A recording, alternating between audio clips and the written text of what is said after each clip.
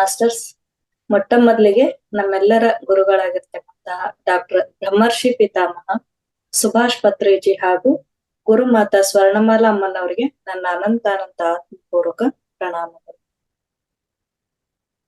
Masters, ಮಹಾವತರ್ foundation Bengaluru ಅವರು ಅರ್ಪಿಸ್ತಕ್ಕಂತಹ ಈ ಒಂದು ಸಮಗ್ರ ಸ್ವಾಸ್ಥ್ಯ ಕಾರ್ಯಕ್ರಮದಲ್ಲಿ ಮೊಟ್ಟ ಮೊದಲಿಗೆ ನಾವೇನಪ್ಪಾ ಅಂದ್ರೆ ರಂಗನಾಥ್ ಸರ್ಗೆ ಆತ್ಮಪೂರ್ವಕ ಪ್ರಣಾಮಗಳನ್ನು ಸಲ್ಲಿಸೋಣ. ಹಾಗೆ ತಮ್ಮೆಲ್ಲರಿಗೂ ನನ್ನ ಆತ್ಮಪೂರ್ವಕ ಪ್ರಣಾಮಗಳು. ಈ ಒಂದು ಫೌಂಡೇಶನ್ ಅರ್ಪಿಸ್ತಕ್ಕಂತಹ ಏನು ಸಮಗ್ರ ಸ್ವಾಸ್ಥ್ಯ ಕಾರ್ಯಕ್ರಮದಲ್ಲಿ ಮಾಸ್ಟರ್ಸ್, ಈ ದಿವಸ ನಾವು ಎಥರಿಕ್ ದೇಹದ ಬಗ್ಗೆ ತಿಳಿದುಕೊಳ್ಳೋಣಂತೆ. ಸೊ ನೋಡಿ ಮಾಸ್ಟರ್ಸ್, ಇಲ್ಲಿ ಏನಂದ್ರೆ ನಮ್ಮ ಒಂದು ಭಾರತೀಯ ಸಂಸ್ಕೃತಿಯಲ್ಲಿ ಒಂದು ಬೆಸ ಸಂಖ್ಯೆಗೆ ಒಂದು ಅತ್ಯಂತ ಪ್ರಾಮುಖ್ಯತೆ ಕೊಟ್ಟಿರ್ತಕ್ಕಂಥ ದೇಶ ಅಂದ್ರೆ ನಮ್ಮ ಭಾರತ ದೇಶ ಅಂತ ಹೇಳ್ಬೋದು.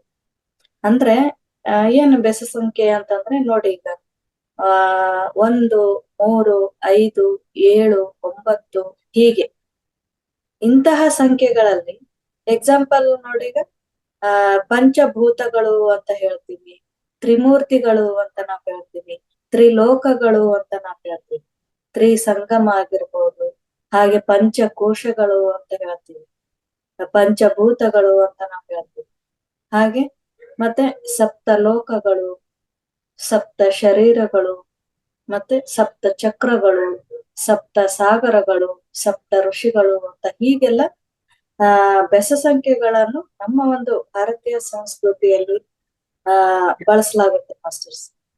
ಇಂದು ಇಂತಹ ಒಂದು ಸಪ್ತ ಕೋಶಗಳು ಅನ್ಬೋದು, ಸಪ್ತ ಶರೀರಗಳು ಅಂತಲೂ ನಾವು ಕರಿಬಹುದು.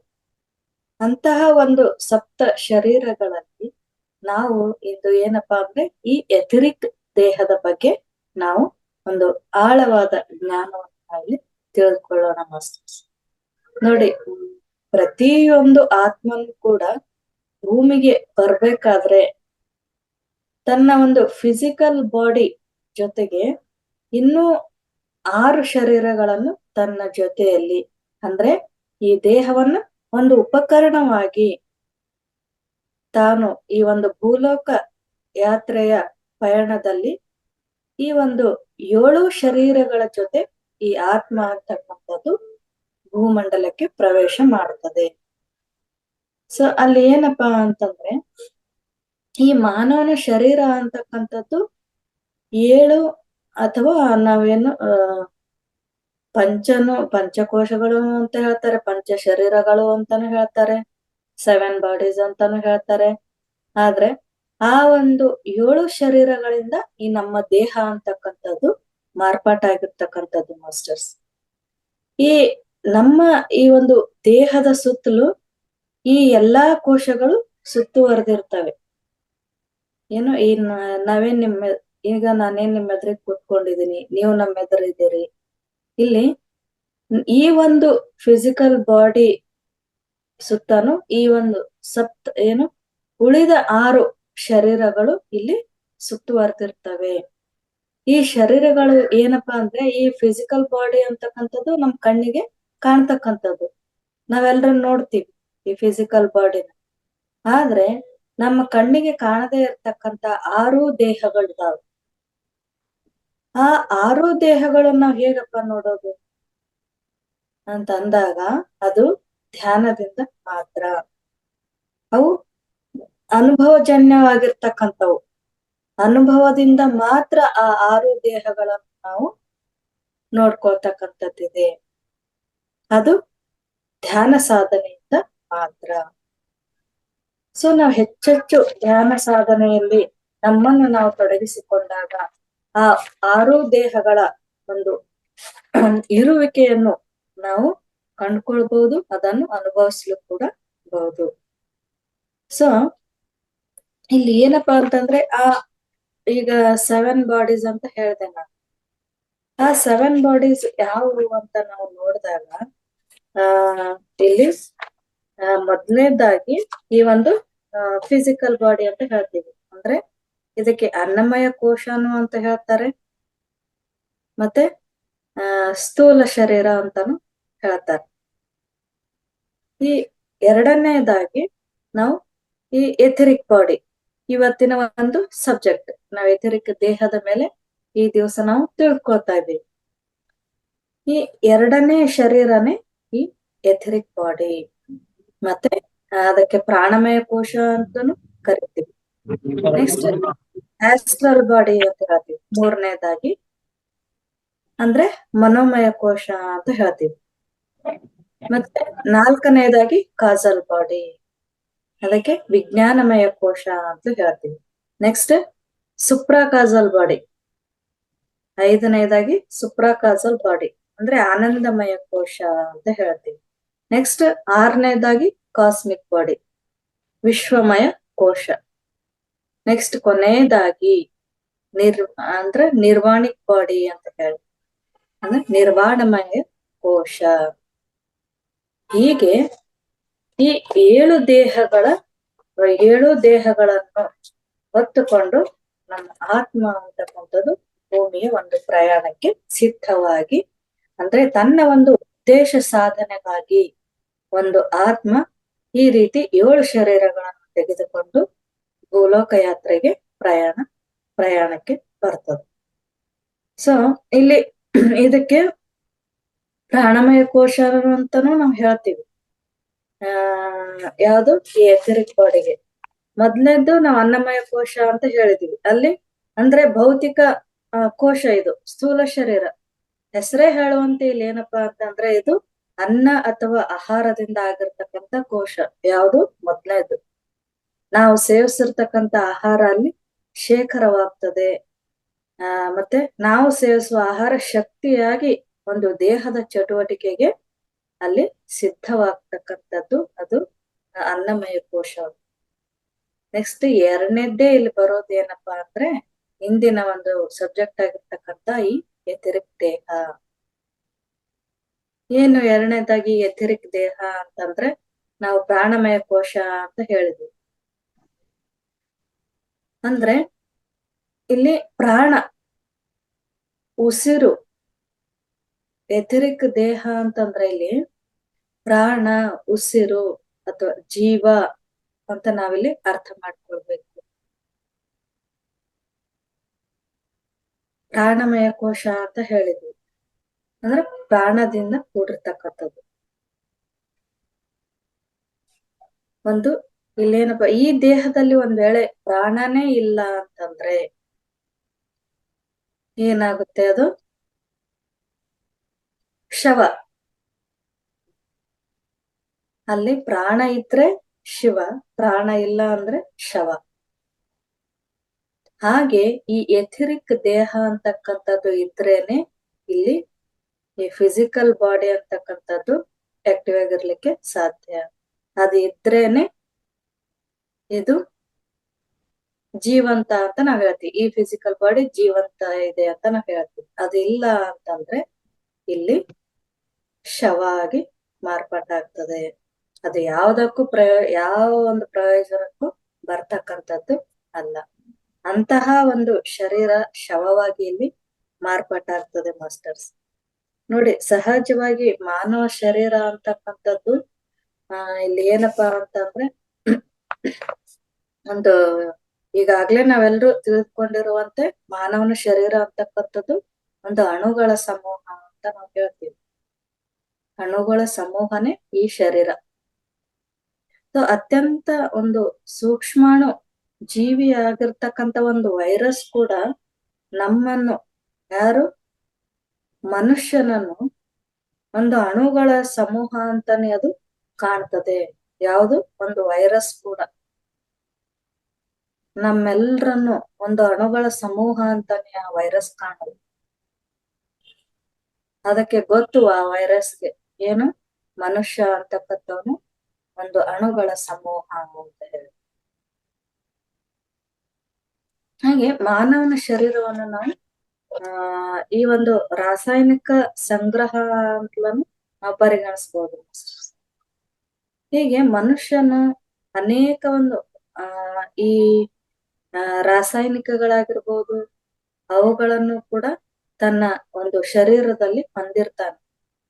ಮಾನವನ ಶರೀರ ಅಂತಕ್ಕಂಥದ್ದು ಪ್ರಮುಖವಾಗಿ ಇಲ್ಲಿ ನೀರಿನಿಂದ ತುಂಬಿರ್ತಕ್ಕಂಥದ್ದಾಗಿದೆ, ಮತ್ತೆ ರಾಸಾಯನಿಕಗಳಿಂದ ತುಂಬಿದೆ. ಅಲ್ಲಿ ನೀರು ಕೂಡ ಏನ್ ಮಾಸ್ಟರ್ಸ್? ನೀರು ಅಂದ್ರೆ ಏನಿಲ್ಲ, ಅದು ಕೂಡ ಒಂದು ಅಣುಗಳ ಸಮೂಹನೇ. ನೀರು ಕೂಡ ಒಂದು ಅಣುಗಳ ಸಮೂಹನೇ. ಒಂದು ವೈರಸ್ಗೆ ನೋಡಿ, ಒಂದು ಮಾತನ್ನ ನಾವು ಕಲ್ಸಿದ್ರೆ ಅದು ಏನ್ ಮಾಡ್ತದೆ? ನಿಸ್ಸಂದೇಹವಾಗಿ ಹೇಳ್ತದೆ. ಏನು ಅಂತಂದ್ರೆ ಮಾನವನ ಶರೀರದಲ್ಲಿ ತಾನು, ಯಾರು? ಆ ವೈರಸ್ ನೀರಿನ ಅಣುಗಳನ್ನು ಕಂಡೆ, ಮತ್ತೆ ಆ ಅಣುಗಳು ಸಮುದ್ರದ ತೀರದಲ್ಲಿರ್ತಕ್ಕಂಥ ಒಂದು ಸಣ್ಣ ಸಣ್ಣ ಚಿಕ್ಕ ಚಿಕ್ಕ ಕಲ್ಲುಗಳ ತರಹ ಕಾಣುತ್ತದಂತ ಆ ವೈರಸ್ ಹೇಳ್ತದೆ. ಅದಕ್ಕೆ ನಾವು ಮಾತ್ ಕಲ್ಸಿದ್ರೆ ಅಂತ ಒಂದು ಶಕ್ತಿಯ ವೈರಸ್ಗೂ ಇದೆ. ಏನ್ ಹೇಳ್ತದೆ ಆ ವೈರಸ್ ಅಂದ್ರೆ, ಆ ನೀರಿನ ಅಣುಗಳನ್ನು ನಾನು ಕಂಡೆ, ಮತ್ತೆ ಆ ಅಣುಗಳು ಹೇಗಪ್ಪ ನಾನು ಹೇಗ್ ಕಂಡೆ ಅಂದ್ರೆ ಒಂದು ಚಿಕ್ಕ ಚಿಕ್ಕ ಕಲ್ಲುಗಳ ತರಹ ಕಾಣುತ್ತವೆ ಅಂತ ವೈರಸ್ ಹೇಳ್ತದೆ. ಹೀಗೆ ನೋಡಿ, ಇನ್ನೊಂದ್ ಏನಪ್ಪಾ ಅಂತಂದ್ರೆ, ಈ ಮಾನವನ ದೇಹದೊಳಗೆ ಇರ್ತಕ್ಕಂತ ಏನು ರಾಸಾಯನಿಕಗಳಿದಾವೆ, ಮತ್ತೆ ಲೋಹಗಳು. ಈ ದೇಹ ಅಂತಕ್ಕಂಥದ್ದು ಅನೇಕ ಲೋಹಗಳಿಂದಲೂ ಕೂಡಿರ್ತಕ್ಕಂಥದ್ದಾಗಿದೆ, ರಾಸಾಯನಿಕಗಳಿಂದಲೂ ಕೂಡಿರ್ತಕ್ಕಂಥದ್ದು. ಮತ್ತು ನೀರಿನಿಂದ ಮಾನವನ ಈ ಒಂದು ಮಿದುಳು, ಮನುಷ್ಯನ ಮಿದುಳು ಅಂತಕ್ಕಂಥದ್ದು ನೀರಿನಿಂದ ಅಲ್ಲಿ ವಿದ್ಯುತ್ ಅನ್ನು ಉತ್ಪಾದನೆ ಮಾಡ್ತದೆ. ಮನುಷ್ಯನ ಮಿದುಳು ನೋಡಿ ಮಾಸ್ಟರ್ಸ್, ತುಂಬಾ ಸ್ವಲ್ಪ ಸೂಕ್ಷ್ಮವಾಗಿ ಇಲ್ಲಿ ಲಕ್ಷ್ಯ ಕೊಡಿ. ಏನಪ್ಪಾ ಅಂದ್ರೆ ಮನುಷ್ಯನ ಮಿದುಳು ಅಂತಕ್ಕಂಥದ್ದು ಈ ದೇಹದೊಳಗಿರ್ತಕ್ಕಂಥ ರಾಸಾಯನಿಕಗಳು, ಆ ಲೋಹಗಳು ಮತ್ತೆ ನೀರಿನಿಂದ ದೇಹದೊಳಗೆ ವಿದ್ಯುತ್ ಅನ್ನು ಅಲ್ಲಿ ಉತ್ಪಾದನೆ ಮಾಡುತ್ತದೆ. ಯಾರು? ನಮ್ಮ ದೇಹದಲ್ಲಿ ವಿದ್ಯುತ್ ಅನ್ನು ಉತ್ಪಾದನೆ ಮಾಡೋದು ಯಾವ ಅಂಗ ಹೇಳಿ? ಯಾರು ಅಂತಂದ್ರೆ ಅದು ಮೆದುಳು. ಅದು ಹೇಗ್ ಮಾಡ್ತದೆ? ಆ ಮೆದುಳು ಹೇಗೆ ನಮ್ಮ ದೇಹದಲ್ಲಿ ವಿದ್ಯುತ್ ಅನ್ನು ಹೇಗೆ ಉತ್ಪಾದನೆ ಮಾಡ್ತದೆ? ಅಲ್ಲಿ ಅದು ತಾನು ದೇಹದಲ್ಲಿ ರಾಸಾಯನಿಕಗಳನ್ನು ಬಳಸ್ಕೊಳ್ತದೆ, ಲೋಹಗಳನ್ನು ಬಳಸ್ಕೊಳ್ತದೆ, ಮತ್ತೆ ನೀರನ್ನು, ಈ ಮೂರನ್ನು ಬಳಸಿಕೊಂಡು ಮಿದುಳು ನಮ್ಮ ದೇಹದಲ್ಲಿ ಒಂದು ವಿದ್ಯುತ್ ಅನ್ನು ಉತ್ಪಾದನೆ ಮಾಡ್ತದೆ. ಅದೇ ರೀತಿಯಲ್ಲಿ ನಾಳಗಳು, ನಮ್ಮ ದೇಹದಲ್ಲಿ, ನಮ್ಮ ಶರೀರದಲ್ಲಿ ಎಷ್ಟೋ ನಾಳಗಳಿದ್ದಾವೆ. ಅವುಗಳಲ್ಲಿ ಹರಿತಕ್ಕಂತ ರಕ್ತವೂ ಸಹ ರಾಸಾಯನಿಕವನ್ನು ಹೊಂದಿರ್ತದೆ ಮಾಸ್ಟರ್ಸ್. ನಮ್ಮ ರಕ್ತದ ಪ್ರತಿ ಹನಿಯೂ ಕೂಡ ಅದು ರಾಸಾಯನಿಕವನ್ನು ಹೊಂದಿರ್ತಕ್ಕಂಥದ್ದು. ನೀರು ಮತ್ತು ಲೋಹಗಳ ಒಂದು ಸಹಾಯದಿಂದ ಇಲ್ಲಿ ಆ ರಕ್ತನೂ ಕೂಡ ಅಲ್ಲಿ ಮಿದುಳು ವಿದ್ಯುತ್ ಅನ್ನು ಉತ್ಪಾದನೆ ಮಾಡುತ್ತದೆ. ಮತ್ತೆ ನಮ್ಮ ರಕ್ತನಾಳಗಳಲ್ಲಿ, ದೇಹದ ರಕ್ತನಾಳಗಳಲ್ಲಿ ಹರಿತಕ್ಕಂತ ರಕ್ತನೂ ಕೂಡ ಅದು ಆ ರಾಸಾಯನಿಕ ಹೊಂದಿದ್ದು ಅಲ್ಲಿ ಏನಪ್ಪಾ ಅಂದ್ರೆ ನೀರು ಮತ್ತು ಲೋಹಗಳನ್ನು ಬಳಸಿಕೊಂಡು ಅವುಗಳ ಒಂದು ಸಹಾಯದಿಂದ ಅದು ಕೂಡ ಇಲ್ಲಿ ವಿದ್ಯುತ್ ಅನ್ನು ಉತ್ಪಾದನೆ ಮಾಡ್ತದೆ. ಯಾವುದು? ರಕ್ತ, ಬ್ಲಡ್. ಹೀಗೆ ನೋಡಿ, ನಮ್ಮ ದೇಹದಲ್ಲಿ ಆ ರಕ್ತ ಅನ್ನೋದು ನೀರಿನಿಂದಲೂ ಕೂಡ ತುಂಬಿದೆ, ನೀರಿನ ತರ ಹರಿತಾ ಇರ್ತದೆ ಅಂತ ಹೇಳ್ತಾರೆ. ಈಗ ನಮ್ಮ ದೇಹ ಅಂತಕ್ಕಂಥದ್ದು ಜಲತತ್ವದಿಂದ ಕೂಡಿದೆ ಅಂತ ನಾವು, ಪಂಚತತ್ವಗಳಿಂದ ಕೂಡಿರ್ತಕ್ಕಂಥದ್ದು ಅಂತ ನಾವು ಹೇಳ್ತೀವಿ. ಬೆಂಕಿ, ನೀರು, ಈ ರೀತಿ 5 ಪಂಚತತ್ವಗಳಿದಾವಲ್ಲ ಮಾಸ್ಟರ್ಸ್, ಆ ರೀತಿ ಈ ನೀರು ಕೂಡ ಜಲತತ್ವ, ಸಾರಿ ರಕ್ತ ನೀರಿನಿಂದ ತುಂಬಿರ್ತಕ್ಕಂಥದ್ದು. ಇಡೀ ಶರೀರ ಏನಪ್ಪಾ ಅಂದ್ರೆ ಇಲ್ಲಿ ವಿದ್ಯುತ್ತಿನಿಂದ ವ್ಯಾಪಿಸಿದೆ. ಅದು ಮುಖ್ಯವಾಗಿ ನಾವು ಗಮನದಲ್ಲಿಟ್ಕೊಳ್ಬೇಕಾಗಿರ್ತಕ್ಕಂಥದ್ದು. ನಮ್ಮ ಇಡೀ ದೇಹ ಅಂತಕ್ಕಂಥದ್ದು ವಿದ್ಯುತ್ತಿನಿಂದ ವ್ಯಾಪಿಸಿರ್ತಕ್ಕಂಥದ್ದು. ಆದ್ರೆ ಇದು ನೋಡಿ, ಇದು ವಿದ್ಯುತ್ ಅಂದ್ರೆ ಏನು? ಈಗ ನಾವೆಲ್ಲ ಮನೆಯಲ್ಲೆಲ್ಲ ಲೈಟ್ ಹಾಕೊಳ್ತೀವಲ್ಲ, ಆ ವಿದ್ಯುತ್ ಅಲ್ಲ. ಮತ್ತಿನ್ನೇನು? ಈ ವಿದ್ಯುತ್ ಅಲ್ಲ ಅಂದ್ರೆ ಮತ್ಯಾವ ವಿದ್ಯುತ್? ದೇಹದಲ್ಲಿ ಯಾವ ವಿದ್ಯುತ್ ಇರುತ್ತೆ? ಈಗ ಈ ಒಂದು ಕರೆಂಟ್ ನಾವು ನೋಡಿದ್ರೆ, ನಾವು ಮುಟ್ಟಿದ್ರೆ ಶಾರ್ಟ್ ಹೊಡೆದು ಮುಟ್ಟಿದ್ರೆ ಸಾಯುವಂತ ಪರಿಸ್ಥಿತಿ, ಶಾರ್ಟ್ ಹೊಡೆದ್ರೆ. ಇದೇನಪ್ಪ ದೇಹದಲ್ಲೇ ವಿದ್ಯುತ್ ಇದೇನ ಅಂತ ಆಶ್ಚರ್ಯ ಆಗ್ಬೋದಲ್ವಾ ಮಾಸ್ಟರ್ಸ್? ಅದು ಮನೆಯನ್ನು ಬೆಳಗ್ತಕ್ಕಂತ ಅಂದ್ರೆ ದೀಪದಂತ ವಿದ್ಯುತ್ ಅಲ್ಲ. ಹಾಗಿದ್ರೆ ಅದು ಏನು? ನಮ್ಮ ದೇಹದಲ್ಲಿರ್ತಕ್ಕಂಥ ವಿದ್ಯುತ್ ಯಾವುದು? ಅದು ನೋಡಿ, ಅದು ಅಯಸ್ಕಾಂತೀಯ ಮೂಲವನ್ನು ಹೊಂದಿರತಕ್ಕಂತ ವಿದ್ಯುತ್. ಅದು ಯಾವುದು? ಅಯಸ್ಕಾಂತೀಯ ಮೂಲವನ್ನು ಹೊಂದಿರತಕ್ಕಂತ ವಿದ್ಯುತ್. ಅದು ಹೀಗೆ ಈ ಒಂದು ಅಯಸ್ಕಾಂತೀಯ ಶಕ್ತಿಯು ಮಾನವನ ಒಂದು ಸೂಕ್ಷ್ಮ ಶರೀರವನ್ನು ನಾವು ಅರ್ಥ ಮಾಡಿಕೊಳ್ಳಿಕ್ಕೆ ಸಹಾಯ ಆಗ್ತದೆ. ಯಾವುದು? ನಮ್ಮ ದೇಹದಲ್ಲಿರ್ತಕ್ಕಂತ ಆ ಅಯಸ್ಕಾಂತೀಯ ಶಕ್ತಿಯು, ಆ ವಿದ್ಯುತ್, ಅದು ಇಲ್ಲಿ ಏನಪ್ಪಾ ಅಂದ್ರೆ ಮಾನವನ ಸೂಕ್ಷ್ಮ ಶರೀರ. ಏನ್ ನಾವ್ ಎಥಿರಿಕ್ ಬಾಡಿ ಅಂತ ಹೇಳಿದ್ವಿ. ಈ ಎಥಿರಿಕ್ ದೇಹವನ್ನು ತುಂಬಾ ಸುಲಭವಾಗಿ ಅರ್ಥ ಮಾಡಿಕೊಳ್ಳಿಕ್ಕೆ ಸಹಾಯವಾಗ್ತಕ್ಕಂಥದ್ದು. ಹೇಗೆ ನೋಡಿ, ಇಲ್ಲಿ ಏನಪ್ಪಾ ಅಂತಂದ್ರೆ, ಮತ್ತೆ ಆ ವಿದ್ಯುತ್ತಿನ ಮೂಲ ಆಗಿರ್ತಕ್ಕಂಥದ್ದು ಯಾವುದು? ಮಾನವನ ಶರೀರ. ವಿದ್ಯುತ್ತಿನ ಮೂಲವಾಗಿರುವ ಮಾನವನ ಶರೀರ ಇಲ್ಲಿ ತನ್ನ ಸುತ್ತಲೂ ಒಂದು ಅಯಸ್ಕಾಂತೀಯ ವಲಯವನ್ನು ಹೊಂದಿದೆ. ಯಾವುದು? ಮಾನವನ ಶರೀರ. ಪ್ರತಿಯೊಬ್ಬರಿಗೂ ಕೂಡ ಇದು ಇರ್ತಕ್ಕಂಥದ್ದು. ಏನು? ಆ ಪ್ರತಿಯೊಬ್ಬರ ಒಂದು ದೇಹದ ಸುತ್ತಲೂ ಈ ಅಯಸ್ಕಾಂತೀಯ ವಲಯ ಅಂತಕ್ಕಂಥದ್ದು ಇರುತ್ತೆ. ಹಾಗೆ ಈ ಮಾನವನ ಶರೀರ ಅಯಸ್ಕಾಂತೀಯ ಒಂದು ವಲಯ ಸುತ್ತುವರೆದಿರುವುದೇ ಇಲ್ಲಿ ಸೂಕ್ಷ್ಮ ಶರೀರ ಆಗಿರುವುದು. ಯಾವುದು? ಈ ಎಥಿರಿಕ್ ದೇಹ. ಏನ್ ಎಥಿರಿಕ್ ದೇಹ ಇದು? ನೋಡಿ ಮಾಸ್ಟರ್ಸ್, ಲಕ್ಷ್ಯ ಕೊಟ್ಟು ಕೇಳಿ. ಇಲ್ಲಿ ಏನಂದ್ರೆ ನೋಡಿ, ಮಾನವನ ಶರೀರವನ್ನು ಅಯಸ್ಕಾಂತೀಯ ವಲಯವು ಸುತ್ತುವರೆದಿರುವುದೇ ಈ ಎಥಿರಿಕ್ ದೇಹ. ಕೆಲವರಲ್ಲಿ ಈ ಒಂದು ಎಥಿರಿಕ್ ದೇಹದ ವಲಯ ಏನಿದೆ ಅಲ್ವಾ, 6 ಇಂಚುಗಳಿಗಿಂತಲೂ ಹೆಚ್ಚಿಗೆ ಇರೋದಿಲ್ಲ. 6 ಇಂಚುಗಳಿಗಿಂತಲೂ ಹೆಚ್ಚಿಗೆ ಅದು ಇರೋದಿಲ್ಲ. ವ್ಯಕ್ತಿಯು ಒಂದು ದಿನದಲ್ಲಿ ಎಷ್ಟು ಕಷ್ಟಪಟ್ಟು ದುಡಿದಿದ್ರೆ ಆತನಿಗೆ ಇಲ್ಲಿ ಇದು ಒಂದು ಆ ಚರ್ಮದ ಸಮೀಪನೇ ಇರುತ್ತೆ. ಯಾವುದು? ಈ ಎಥಿರಿಕ್ ದೇಹ, ಆ ವಲಯ.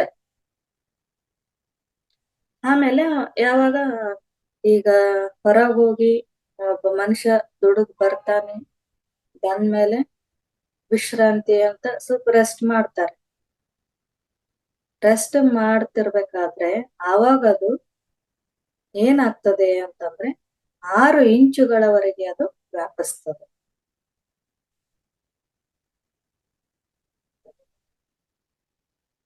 ಅಲ್ಲಿ ಕಷ್ಟಪಟ್ಟು ದುಡಿದಿದ್ರೆ ಒಬ್ಬ ವ್ಯಕ್ತಿ ದಿನದಲ್ಲಿ ಕಷ್ಟಪಟ್ಟು ದುಡಿದಿದ್ರೆ ಮಾತ್ರ ಅದು ಚರ್ಮದ ಸಮೀಪ ಇರ್ತದೆ. ಆಮೇಲೆ ಅದು ಯಾವಾಗ ಆ ವ್ಯಕ್ತಿ ರೆಸ್ಟ್ ಮಾಡ್ತಾನೆ, ಅದು 6 ಇಂಚುಗಳವರೆಗೂ ಅದು ವ್ಯಾಪಿಸ್ತಾ ಹೋಗ್ತದೆ. ಹೀಗೆ ನೋಡಿ, ಮಾನವನ ಶರೀರಕ್ಕೆ ಒಂದು ಕ್ಷೀಣವಾಗಿರ್ತಕ್ಕಂತ ಒಂದು ವಿದ್ಯುತ್ ಅನ್ನು ನೀಡಿದಾಗ ಅಲ್ಲಿ ಎಥಿರಿಕ್ ದೇಹ ಅಂತಕ್ಕಂಥದ್ದು ಕಾಣಲ್ಪಡ್ತದೆ ಅಷ್ಟೇ. ಹೇಗೆ? ನಾವ್ ಹೇಗ್ ನೋಡೋದು? ಹೇಗ್ ಕಾಣ್ತದೆ ನೋಡಿ ಅದು? ಯಾವಾಗ ಆ ಒಂದು ಮಾನವನ ಶರೀರಕ್ಕೆ ಕ್ಷೀಣವಾಗಿರ್ತಕ್ಕಂಥ ವಿದ್ಯುತ್ ಅನ್ನು ನಾವು ನೀಡಿದಾಗ ಈ ಎಥಿರಿಕ್ ಅಲ್ಲಿ ಕಾಣಲ್ಪಡ್ತದೆ. ಸೊ ಅದು ಏನು ಯಾವ ಕಲರ್ ನಲ್ಲಿ ಅದು ಕಾಣಿಸುತ್ತೆ ಅಂತಂದ್ರೆ ಒಂದು ನೀಲಿ ಕಲರ್ ಆಗಿರ್ಬೋದು, ಇನ್ನೊಂದು ತಿಳಿ ಕೆಂಪು ಕಲರ್ ಅಂತ ಹೇಳ್ತೀವಿ. ಆ ಕಲರ್ ಗಳಲ್ಲಿ ಅದು ಹೊಳಿತಾ ಇರುತ್ತೆ. ಯಾವುದು? ಎಥೆರಿಕ್ ದೇಹ. ಈಗ ಎಕ್ಸಾಂಪಲ್ ನೀವು ಎಲ್ಲಾದ್ರೂ ಸಮುದ್ರ ತೀರಗಳಲ್ಲಿ ಎಲ್ಲಾದ್ರೂ ಹೋದ್ರೆ ನೋಡಿ ಮಾಸ್ಟರ್ಸ್, ಒಂದು ಹಡಗಿನ ಸುತ್ತ, ಒಂದು ದೋಣಿಯ ಸುತ್ತ ಅಲ್ಲಿ ಅದರ ಪ್ರಭೆ ಅಂತಕ್ಕಂಥದ್ದು ನೋಡ್ಬಹುದು. ಹೇಗೆ ಅಂದ್ರೆ ನೋಡಿ, ಮೊದ್ಲ ಫಸ್ಟ್ ಟೈಮ್ ಯಾರಾದ್ರೂ ಕಂಡ್ರೆ ಸ್ವಲ್ಪ ಭಯ ಪಡ್ತಾರೆ. ಇದೇನಿದು ಈ ತರ ಕಾಣಿಸ್ತಾ ಇದೆ ಸುತ್ತಲೂ ಅಂತ ಹೇಳಿ. ಬಟ್ ಅದು ಭಯ ಪಡ್ತಕ್ಕಂಥದ್ದಲ್ಲ, ಅದು ಈ ಎಥೆರಿಕ್ ಒಂದು ಪ್ರಭೆ. ಆದ್ರೆ ಅದರಿಂದ ಯಾರಿಗೂ ಏನ್ ಹಾನಿ ಇಲ್ಲ. ಸೊ ಅದಕ್ಕ ಇಲ್ಲಿ ಏನ್ ಹೇಳ್ತಾರೆ ಅಂತಂದ್ರೆ ಸೈಂಟ್ ಎಲ್ಮೋಸ್ ಫೈರ್ ಅಂತ ಕರೀತಾರೆ. ಅದು ಸುತ್ತಲೂ ಏನ್ ಕಾಣಿಸುತ್ತಲ್ವಾ ಆ ಪ್ರಭೆ, ಒಂದು ದೋಣಿ ಸಮುದ್ರದಲ್ಲಿ ದೋಣಿಯ ಸುತ್ತಲೂ ಏನ್ ಪ್ರಭೆ ಕಾಣಿಸುತ್ತಲ್ವಾ, ಅದಕ್ಕ ಸೈಂಟ್ ಎಲ್ಮೋಸ್ ಫೈರ್ ಅಂತ ಹೇಳ್ತಾರೆ. ಹಾಗೆ ನೋಡಿ ಇನ್ನೊಂದು, ಈಗ ರಾತ್ರಿ ಸಮಯದಲ್ಲಿ ಈಗ ರೋಡ್ ಲೈಟ್ಸ್ ಗಳೆಲ್ಲ ಒಂದು ಹೈ ವೋಲ್ಟೇಜ್ ತಂತಿಗಳಲ್ಲಿ ಇರ್ತಾವೆ ನೋಡಿ ಮಾಸ್ಟರ್ಸ್. ಅಂತ ಸಮಯ ಆಗಿರ್ಬೇಕಾದ್ರೆ ರಾತ್ರಿ ಸಮಯದಲ್ಲಿ ನಾವು ಇದನ್ನು ಗಮನಿಸಬಹುದು. ನೀವು ಯಾವಾಗ್ಲಾದ್ರೂ ಸ್ವಲ್ಪ ರಾತ್ರಿ ಸಮಯದಲ್ಲಿ ಹೊರಗಡೆ ಹೋದಾಗ ಮಾಡಿದಾಗ ಒಂದು ಹೈ ವೋಲ್ಟೇಜ್ ತಂತಿಗಳಲ್ಲಿ ಇದನ್ನ ನಾವು ನೋಡ್ಬೋದು ಕೂಡ. ಅದ್ರ ಸುತ್ತಲೂ ಕೂಡ ಒಂದು ನೀಲಿ ಬಣ್ಣದ ಒಂದು ಬೆಳಕು ಕಾಣಿಸ್ತಾ ಇರುತ್ತೆ. ಆ ತಂತಿಗಳ ಸುತ್ತಲೂ ನೀಲಿ ಕಲರ್ ಒಂದು ಬೆಳಕು ಕಾಣಿಸ್ತಾ ಇರುತ್ತೆ. ಹಾಗೆ ಈ ಎಥೆರಿಕ್ ಬಣ್ಣ ಒಂದ್ ಕಾಣ್ಬೇಕು ಅಂತಂದ್ರೆ ನಾವು ಒಂದು ಸತತವಾದ ಅಭ್ಯಾಸ ಅನ್ನೋದು ಕೂಡ ನಮಗಿಲ್ಲಿ ಬೇಕಾಗ್ತದೆ ಮಾಸ್ಟರ್ಸ್. ಅವು ವಿಧಾನಗಳು ಬೇರೆ ಇದಾವೆ. ಆ ವಿಧಾನಗಳ ಮೂಲಕ ನಾವು ಅಭ್ಯಾಸ ಮಾಡಿದ್ದೇ ಆದ್ರೆ ಎಥೆರಿಕ್ ಆ ಒಂದು ಪ್ರಭೆಯನ್ನು ಕೂಡ ನಾವು ನೋಡ್ಬಹುದು. ನೋಡಿ ಇನ್ನೊಂದೇನಪ್ಪಾ ಅಂದ್ರೆ, ನಾವು ಧ್ಯಾನದಲ್ಲಿ ಏನ್ ಧ್ಯಾನ ಕೂತಿರ್ಬೇಕಾದ್ರೆ ಒಂದು ಕಾಸ್ಮಿಕ್ ಎನರ್ಜಿಯನ್ನ ನಾವು ಪಡಿತಾ ಇರ್ತೀವಿ. ಆ ಕಾಸ್ಮಿಕ್ ಎನರ್ಜಿ ಕೂಡ ಫಸ್ಟಿಗೆ ಏನಪ್ಪಾ ಅಂತಂದ್ರೆ ನಮ್ಮ ಎಥೆರಿಕ್ ಒಂದು ದೇಹವನ್ನು ಪ್ರವೇಶ ಮಾಡ್ತಾ ಇರ್ತದೆ. ಅಲ್ಲಿರ್ತಕ್ಕಂತ ಒಂದ್ ನಿಮಿಷ ಮಾಸ್ಟರ್ಸ್.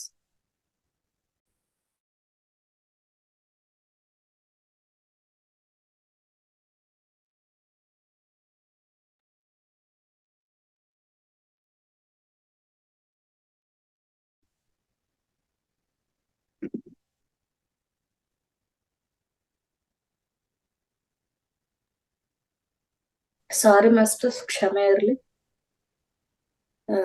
ನಾವು ನೋಡಿ ಏನ್ ಹೇಳ್ತಾ ಇದೆ, ಧ್ಯಾನದಲ್ಲಿ ನಾವು ಕಾಸ್ಮಿಕ್ ಎನರ್ಜಿಯನ್ನು ತಗೊಳ್ತಾ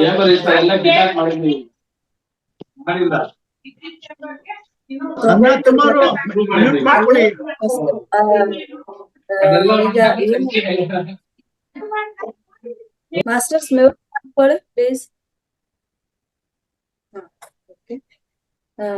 ನೋಡಿ ಈಗ ಒಂದು ದೇಹಕ್ಕೆ ಹಲವಾರು ರೀತಿಯಲ್ಲಿ ರೋಗಗಳು ಕಾಣಿಸ್ಕೊಳ್ತಾ ಇರ್ತವೆ.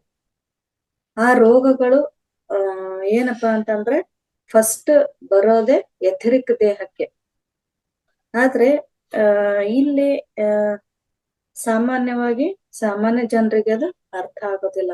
ಬಟ್ ಇನ್ನೊಂದೇನಪ್ಪಾ ಅಂದ್ರೆ, ನಾವು ಡಾಕ್ಟರ್ಸ್ ಏನ್ ಟ್ರೀಟ್ಮೆಂಟ್ ಕೊಡ್ತಾರಲ್ವಾ, ಅದು ಈ ಒಂದು ಫಿಸಿಕಲ್ ಬಾಡಿಗೆ ಮಾತ್ರ ಮಾಸ್ಟರ್ಸ್.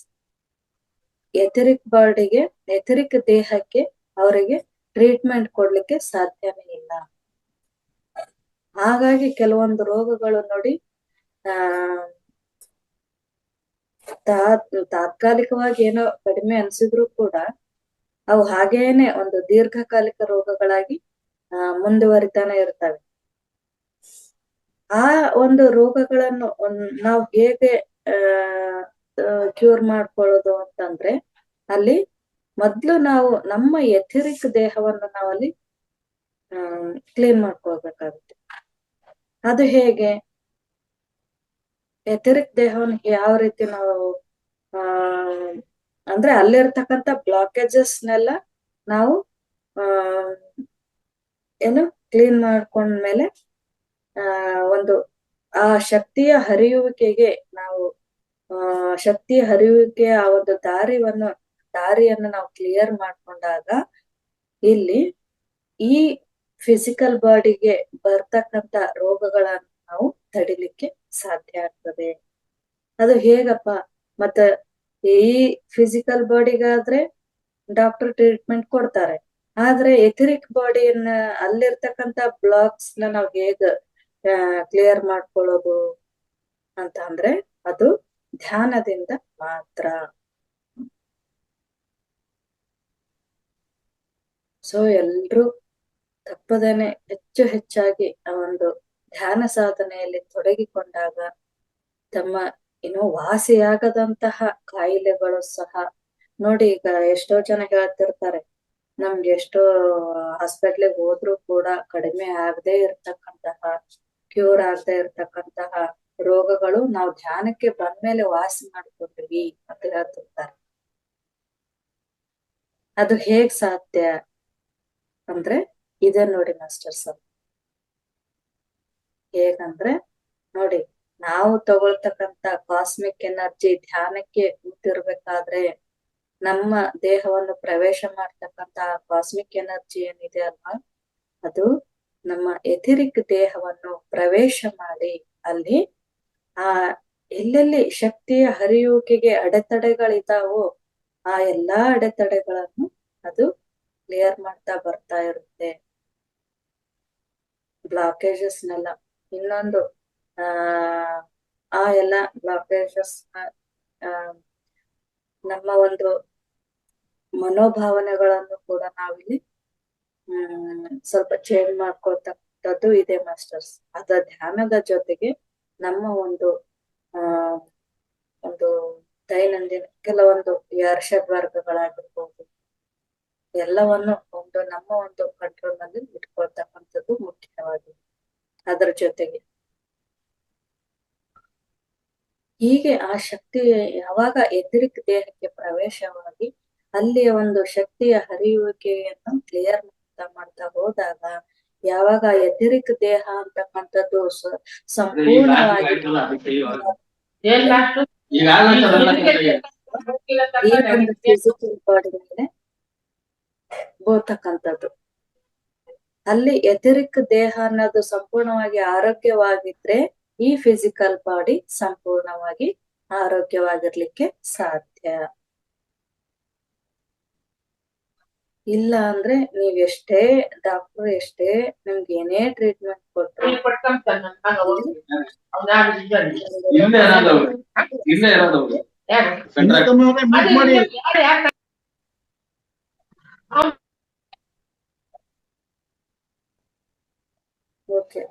ನೋಡಿ, ಈ ಒಂದು ಈ ಎಥರಿಕ್ ಒಂದು ಪ್ರಭೆ ಅಂತಕ್ಕಂಥದ್ದು ಶರೀರದ ಒಂದು ಅಯಸ್ಕಾಂತೀಯ ಒಂದು ಅಭಿವೃದ್ಧಿ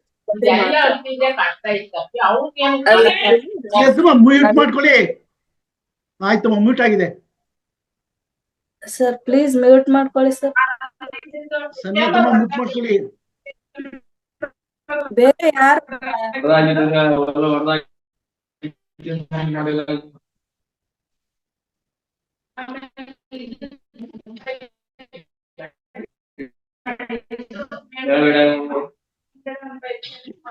ಮಾಸ್ಟರ್ಸ್ ಪ್ಲೀಸ್ ಮ್ಯೂಟ್ ಮಾಡ್ಕೊಳ್ಳಿ, ಡಿಸ್ಟರ್ಬ್ ಆಗ್ತಾ ಇದೆ.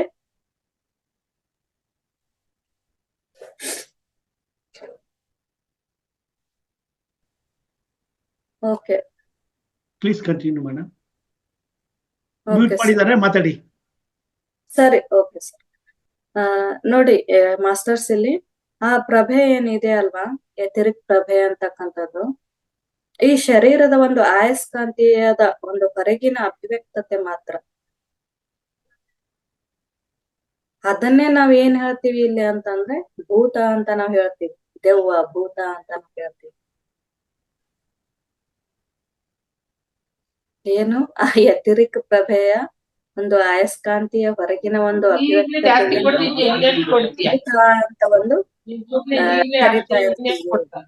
Masters please mute. ಧನ್ಯವಾದಮ್ಮ, ಮ್ಯೂಟ್ ಮಾಡ್ಕೊಳ್ಳಿ. ಮಾಡಿದೆಮ್ಮ, ಮಾಡಿದೆ. ಅದೇಕೆ ಮ್ಯೂಟ್ ಮಾಡ್ಕೋತಾರೋ ಗೊತ್ತು. ನೋಡಿ ಮಾಸ್ಟರ್ಸ್, ಇಲ್ಲಿ ಒಬ್ಬ ಆರೋಗ್ಯವಂತ ವ್ಯಕ್ತಿ ಮರಣ ಹೊಂದಿದಾಗ ಈ ಭೂತ ಅಂತಕ್ಕಂಥದ್ದು ಸ್ವಲ್ಪ ಸಮಯ ಅಲ್ಲೇ ಇರುತ್ತೆ.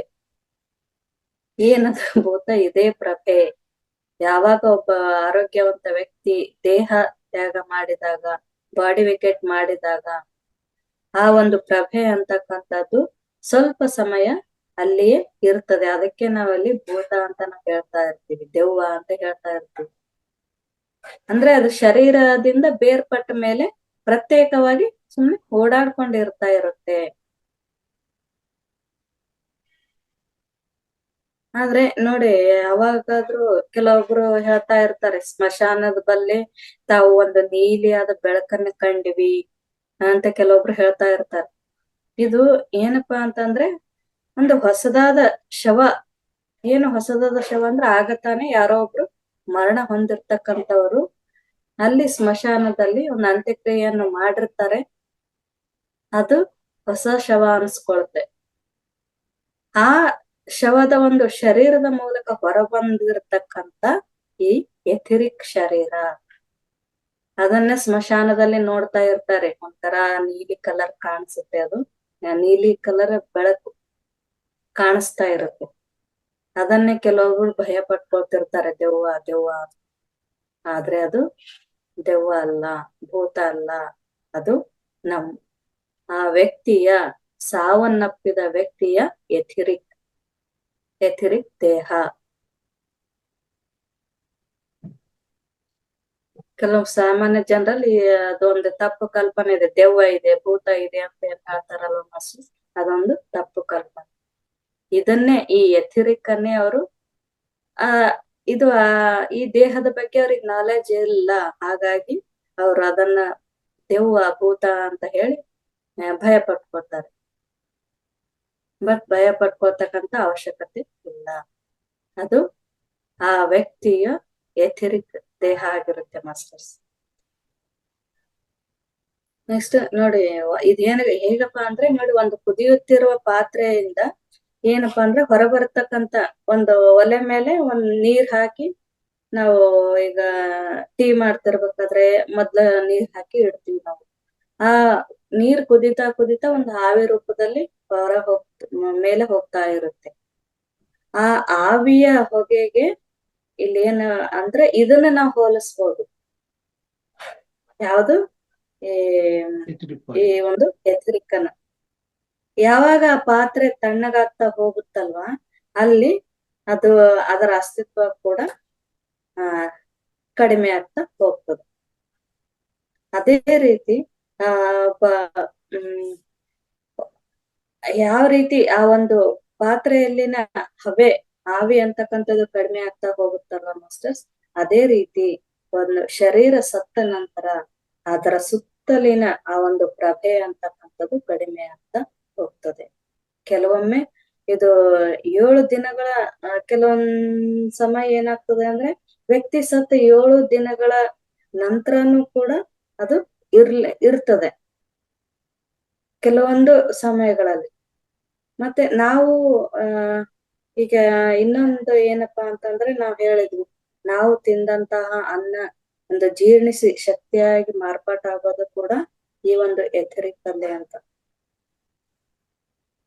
ಅಂದ್ರೆ ಉಳಿದ ಒಂದು ಇದು ಎಥೆರಿಕ್ ದೇಹ ಅಂತಕ್ಕಂಥದ್ದು ಒಂದು ಕಾರ್ಯ ನೋಡಿ ಮಾಸ್ಟರ್ಸ್, ಎಂತ ಅದ್ಭುತವಾದ ಕೆಲಸ ಮಾಡ್ತದೆ ಅಂದ್ರೆ,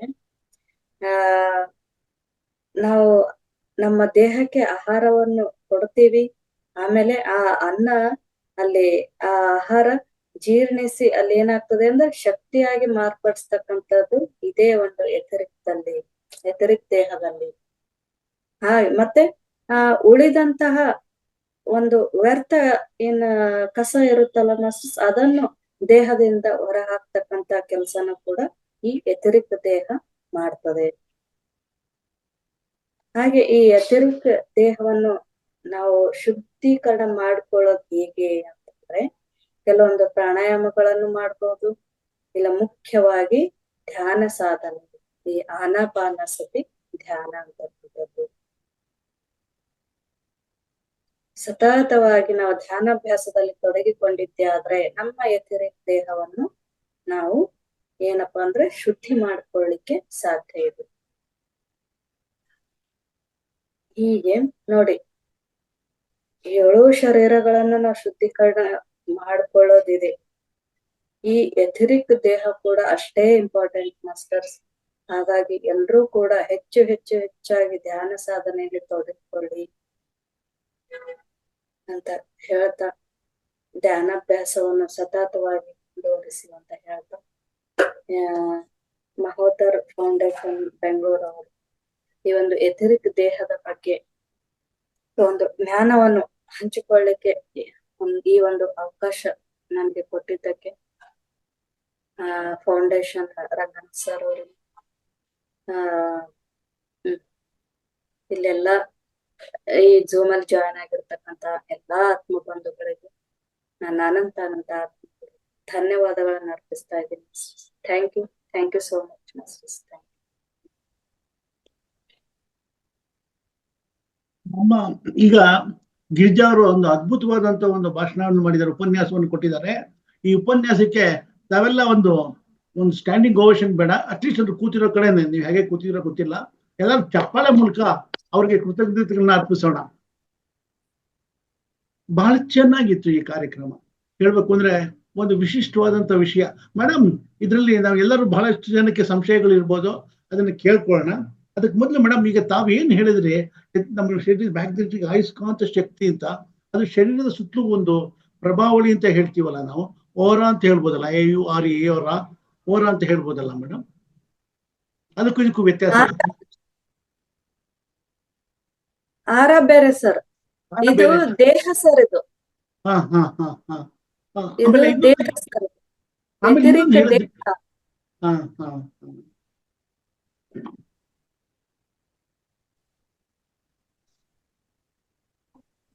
ಓರಾಗೂ ಇದಕ್ಕೂ ಡಿಫ್ರೆನ್ಸ್ ಇದೆ ಅಂತೀರಾ?